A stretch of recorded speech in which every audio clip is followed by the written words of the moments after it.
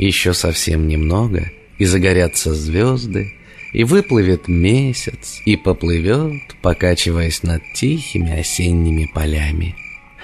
Потом месяц заглянет в лес, постоит немного, зацепившись за верхушку самой высокой елки, и тут его увидят ежик с медвежонком. Как все-таки хорошо, что мы есть друг у друга.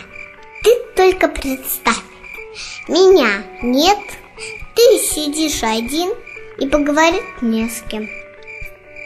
А ты где? А меня нет. Так не бывает.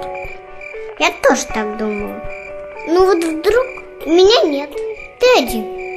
Ну, что ты будешь делать? Пойду к тебе. Куда? Как куда? Домой. Приду и скажу. Ну что ж ты не пришел, ежик? Вот глупый.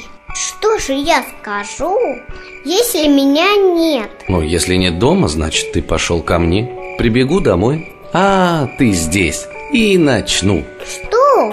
Ругать. За что? Как за что?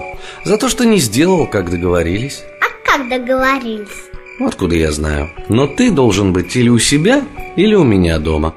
Но меня же совсем нет. Понимаешь? Так вот же ты сидишь. Это я сейчас сижу. А если бы меня не было, где б я был? Или у меня, или у себя. Это если я есть. Ну да.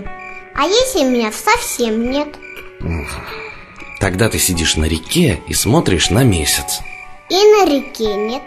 Тогда ты пошел куда-нибудь и еще не вернулся. Я побегу, обшарю весь лес и тебя найду. Ты все же обшарил и не нашел.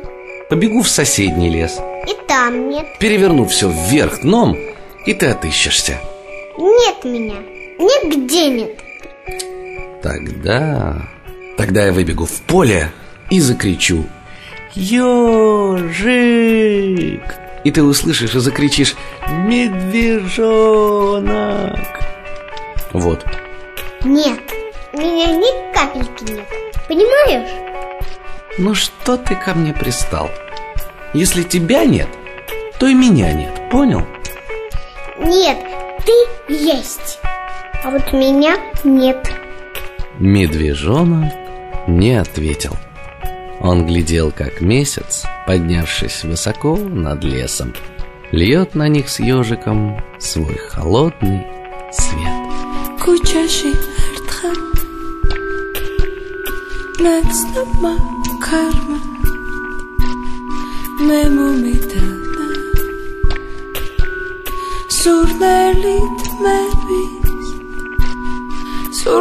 თმების ის იყო შვენი ასე ნაცნობი და მრავალ